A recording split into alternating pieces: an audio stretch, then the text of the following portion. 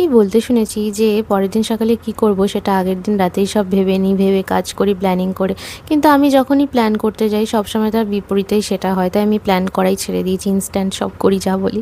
আর এদিকে দেখো মা বাড়ি থেকে কাঁঠাল পাঠিয়েছে, আর এদিকে সবাই কাঁঠাল ছুলছে।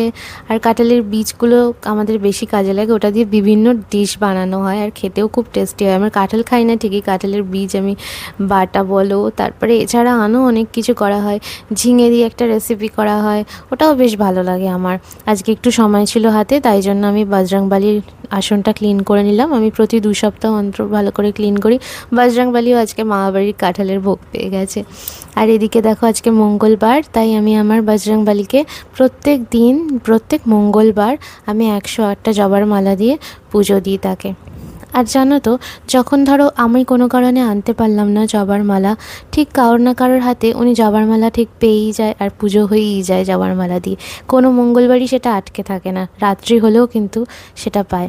আর এদিকে আমি চলে এসেছিলাম ল্যাবে, একটু কাজ ছিল, তাড়াতাড়ি বাড়িতে যাব, কারণ কি আজকে নিরামিষ আর সাবুর খিচুড়ি বানাবো। পোলাও বানিয়েছিলাম, খিচুড়ি না। আর এদিকে একটুখানি পনিরও বানিয়ে নিয়েছিলাম, বাকি তো সব বানানোই ছিল, আমি এই দুটো ডিশ বানালাম। আর জানো কি হয়েছে, এই দেখো লোকনাথ বাবার ঠিক মাথার ওপরে কি পাখি আমি ঠিক বুঝতে পারছি না, তোমরা যদি কেউ চিনে থাকো আমাকে অবশ্যই কমেন্টে জানিও। বাসা করেছে আর দুটো ডিমও পেড়েছে, আর সেখান থেকে ফুটফুটে দুটো পাখি বেরিয়েছে।